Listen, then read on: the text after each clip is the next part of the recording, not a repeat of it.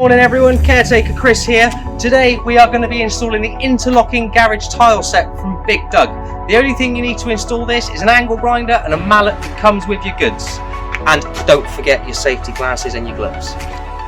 So the single garage set is 3 meters by 6 meters, a double is 6 meters by 6 meters. They come with 12 millimeters thick, so they're very sturdy, rock hard stuff, and they're manufactured from recycled plastic.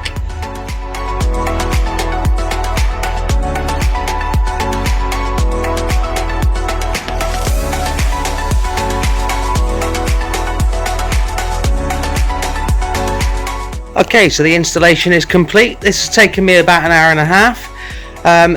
The only reason that I've cut down the edge just here is because this is my section of the garage that's floored. It's a shared garage. So yeah, looks absolutely cracking.